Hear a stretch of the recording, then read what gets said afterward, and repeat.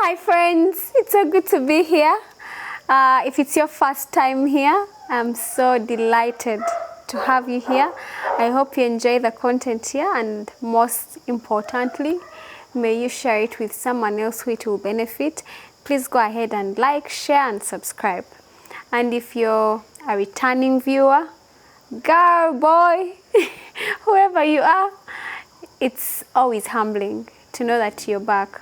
So guys, today I want to share with you about the 40-day prayer circle that I did at the beginning of this year. But over and above sharing that, we are doing a Q1 and Q2 evaluation pretty much. And I thought it was very important for me to share because I have learned and I continue to learn the power of testifying, and also because usually we over focus on things that are going wrong and we forget to go back to a place of gratitude to thank God for the things that are going well. Yeah, so that is why we are doing a Q1 Q2 evaluation. But then also above that, I want to share with you my experience with the 40-day prayer circle. For those of you who follow me keenly, I'm sure you saw one or two things at the beginning of the year. And right now, I'm just sharing some of the things that I saw happening after. And also, if you did the 40-day prayer circle with me, please feel free to share some of your testimonies here, either in the chat or drop me a message. And by the way, you can also sign up for my mailing list. And on my mailing list, I'll continue to share with you information on healing, life generally, and mentorship for young girls and young people generally, especially those who are going through life, because all of us go through it. Yeah, I don't know if I've shared with you the story of Esther and how I got to officially interact with that story and really try to engage with it. I don't know, I'm not very sure, but if I have before, please allow me share the story again. In October 2019, I went to church and they were preaching about the story of Esther, and I had it in two churches. One was at a children's church, and when I asked about it, someone told me to pay attention, that probably it was my message. And I latched onto it. And I continue to see things that are kind of related to that story in my life. So for some reason, I also need to make it clear that I have not always been this big talker about the Bible, about God, about all those spiritual things. I have to be very honest. So even as I'm doing what I'm doing, I need to be very clear that I am not an expert. I am also on a learning journey. I'm also growing on this journey. So if you have been able to get a copy of my book or prayer journal, Mama Refined, I have also still made it clear that, like everybody else, I'm on a journey. And for those who have read Mama Refined, I know you've also read and found out that this comes from October 2020, when I had the first prayer there. So subsequently, people asked me, what is next? What's going to happen next? And I honestly didn't know. And in that group of ladies that I'm in, we began to learn about different things. And one of our friends shared a book that is called The 40-Day Prayer Circle by Mark Batterson. And for those who are readers, I'm sure you've probably read The Circle Maker. It's a famous book. I've not read it, but I've heard all these things come from The Circle Maker because it's the same author. So after that Mama Dare, the prayer dare that we did in October, we had another group, and in that group, we call it the life of prayer and purpose. So we are growing spiritually, but then also above that, we are being intentional about getting to a point where we are deeply and intentionally pursuing our purpose. So now, this takes me to the 40-day prayer day this year, at the beginning of this year. And it was very rejuvenating for me. But over and above rejuvenating, I thought I would specifically share some of the things that I saw happen shortly after we started and that are still happening, that I attribute to that little prayer genealogy that I started at the beginning of the year with other ladies. And I'm hoping that one of them can share their testimony probably in the comment section, because I don't want it to come off as it's just me seeing these things. I know and I am confident that other people are experiencing the benefits of going through that 40-day prayer circle. So I'll give just a few things that have happened since then, and also encourage you, if you have not done it before, to please do it. We can do it together. Just call me up. I'm happy to continue to grow with you and others. So first of all, at the beginning of the year, I launched my book officially. I'd shared with you that I went to Harvest Institute, but before I went there, I'd already written the book, but I didn't have the intention of getting the book out there because it was sentimental for me. This was the book on healing. Prior, when I just started writing it, it was in memory of my grandfather, but in a twist of events, it became not just about my grandfather, but my firstborn daughter as well. So at the beginning of this year, we officially launched it. And I want to once again thank everybody, my friends and family that were part of the launch, people who have purchased the book, and people who continue to give me feedback on how the book has impacted them.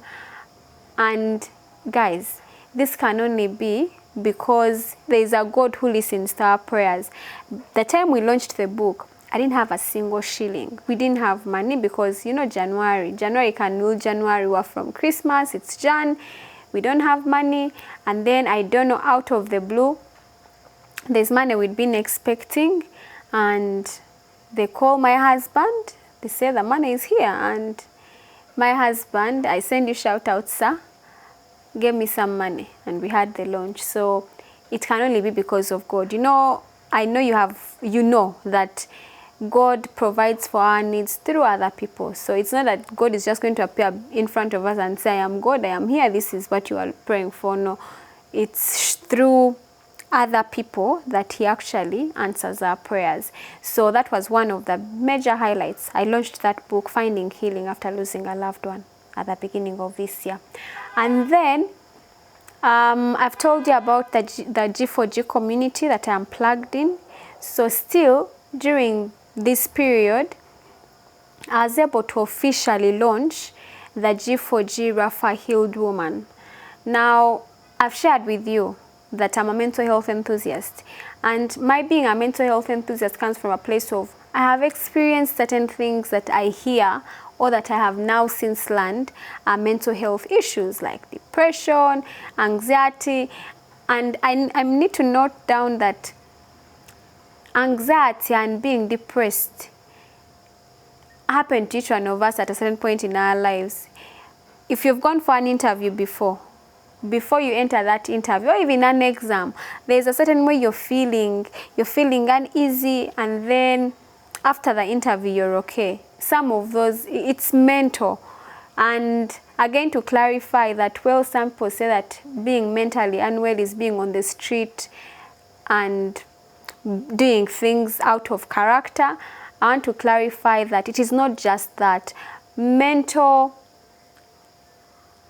wellness and everything related to mental is beyond being on the road or on the street doing things that are out of character. So that is for me where I get the desire to know more about mental wellness, the desire to help people who are on their journey to healing, the desire to understand more about it, and hence my constant reference to myself as a mental health enthusiast. So because of that, we were able to launch within the community the Rapha Healed Woman. Now, Rapha Healed Woman is a community that is being intentional to support the major goal of G4G, to help women grow, but grow from a healed place and move away from being a broken record as leaders, but rather leaders who are healed and who are there to last, leaders that last. Yeah, and we've learned that most of us, the experiences we have in one way or another affect how we lead at our workplaces, at our homes, because I know most of us have heard that statement that wounded people wound others. So if you're a leader and you are wounded, chances are high that even your leadership style, once or twice during your period of leadership, you will end up wounding someone, sometimes without even intending it. And so I want to officially really share that this launch of that community would not have happened without me going into a place of prayer. And this was during the time I was doing the 40-day prayer circle. And also in May, we were able to have our first physical meet. So we basically now have a support group where we meet ladies, encourage them, learn from each other, but most importantly, begin to choose to heal. And usually in this space, we also invite a mental health specialist to speak to them about different things. Our most recent meet was on shame and trauma, and we definitely hope to continue to have other sessions as and when the time comes. So this is still attributable to the 40-day prayer circle. And then I have a special friend. Oh, I must say that I'm going to really miss her terribly. I'm going to miss her so much, but I'm also very, very super happy for her. I'm excited for her that she got her visa. I don't know, well, I know I'm not the right person to say, so I'm not going to say who she is, but she's a very special person to me. So during the prayer circle period, she finally got her visa, and I'm so excited for her. I don't know, I'm beyond happy, although of course I'm going to deeply miss her. I can't imagine life here in Uganda without her. So it's going to be a virtual relationship going forward, a virtual best friendship going forward. But yeah, I'm really grateful to God for that. And then over and above that, I've been able to create time to write down my devotional, and that is how we've been able to have that second book, Mama Refined. Usually, when you're in your time of self-introspection, as you're praying and all, certain things come to you, and as they come to you, other things begin to come to life. So I'm encouraging you to do the 40-day prayer circle. And if you would like to do it with me, please hit me up. I'm ready to journey with you. You can send me an email, send me a message, anything. Leave a comment, whichever. And then also during this 40-day prayer circle, I was able to go to my village for mentorship. For those of you who follow me keenly, I'm sure you have seen snippets here and there. And I'm sure you'll see some others here on the screen. So I was able to go and introduce a mentorship program to young people in my village, and this was very significant for me because it's a way of me serving, and over and above serving, it still forms part of my healing journey. My grandfather was a community leader, and therefore I don't know, I feel the need and desire for me to give back to a community that has given so much to me over the years. And I was so happy that it was very successful. So I want to again send my hearty appreciation to all of you out there who supported the cause, those who prayed for me, those who gave me their money, my friends, my family, my spouse. I'm deeply honored. Thank you for believing in me and blessing me with your treasure and time. And then, guys, that I'm still alive. You know, I think one of my biggest worries is this because of life experiences. So for my family, for myself, for everyone that is connected to me in one way or another, including you who is viewing me, that you're able to view me, it can only be the power of prayer. And I also wanted to highlight and note the blessing that I have been able to acknowledge and realize by just being in a place of prayer. And that is the privilege and blessing I have of my siblings. For those of you who have read my bio, you know that I am the firstborn of 9 children from both my biological mom and biological dad. And guys, I am learning how to live life, but over and above learning how to live life, I feel young again. Yeah, it's funny, yes, but yeah, I feel young. There's something that happens when you're hanging with young people. They help you relive your old dreams. And I told you I wanted to be on TV at a certain point, but they told me my voice was a bit low. But thanks to technology and to my young brother, I am here on the screen. I'm here on the screen, so I'm really grateful. This can only be because of also me acknowledging that I'm not in the middle as a mistake or happenstance. I'm in the middle for a reason, and I have to make that reason count. So I have my siblings on my dad's side, I have my siblings on my mom's side, and all of us together, we are a force. So I am very privileged, and also this realization happened during my prayer time. Well, I've always known I'm blessed because I have a big community around me, aunties, uncles, that I've grown calling my mom, my grandmother, paternal grandmom, but also acknowledging the fact that I have these siblings, my cousins, all of them, they're not in my life just like that. It's for a reason, and I'm choosing to make it count. But I got this realization during my prayer circle.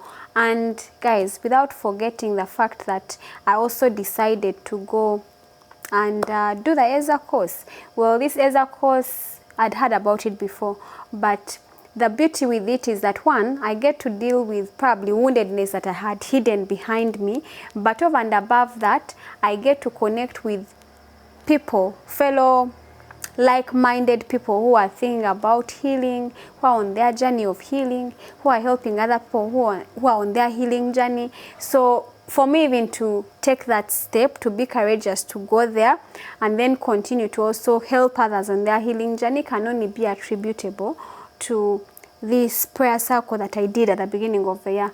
And I'm encouraging you once again, if you've not done it, let's jump onto the prayer bandwagon, because there's power in prayer.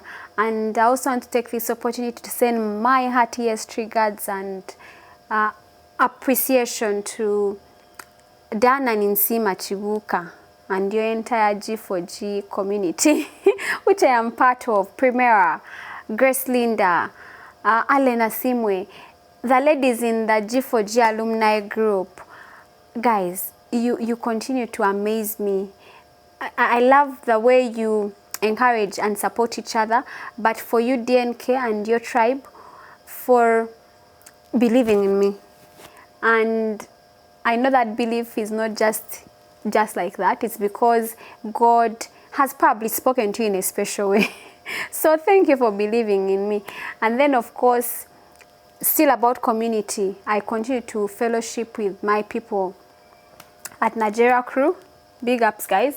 And then my small group, Balimunsi, Eugene, Coco, Martha, Mona, all you guys in the More Than Conquerors prayer group.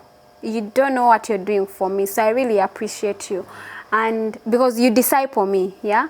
And in the group of Life of Prayer and Purpose, I am hoping and believing that great things can come out of our life together. So I love you. I'm looking forward to continued growth with you and excited for the future. Much love. Please do the prayer circle if you have not done it, and if you've not got the book, if you're a mother as well, please get a copy, read through it, start your journey. Let's create a prayer genealogy. Let's do the same things our parents did, if they did. And for those who did not, let's do it. Let's start the prayer genealogy now for ourselves, for our children, and for the generations to come. Because like we can now tell, we are experiencing adulthood, yeah.